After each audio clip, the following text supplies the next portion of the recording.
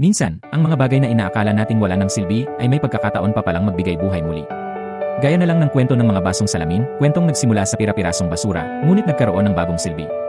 Si Mang Ruben, isang dalubhasa sa paggawa ng mga basong salamin, ay araw-araw na humaharap sa tila imposible ang muling pagsasama-sama ng mga sirang baso upang lumikha ng bago.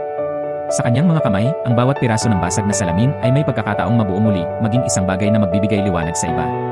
Si Mang Ruben ay natutunan ang sining ng paggawa ng salamin mula sa kanyang ama.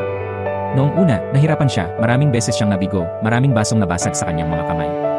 Ngunit sa bawat pagkakamali, itinuro sa kanya ng kanyang ama na ang tunay na halaga ng isang bagay ay hindi sa pagiging perpekto nito, kundi sa pagnanais na buuin itong muli.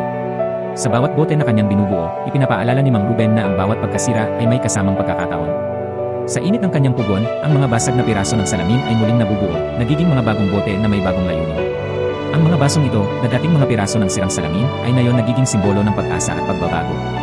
Ang bawat bote ay may kwentong dala, kwentong nagsisimula sa pagkabigo, ngunit nagtatapos sa tagumpay. Ang kwento ni Mang Ruben at ng kanyang mga basong salamin ay nagpapaalala sa atin na kahit gaano man kalalim ang pagkasira, may pag-asa pa rin na mabuo muli.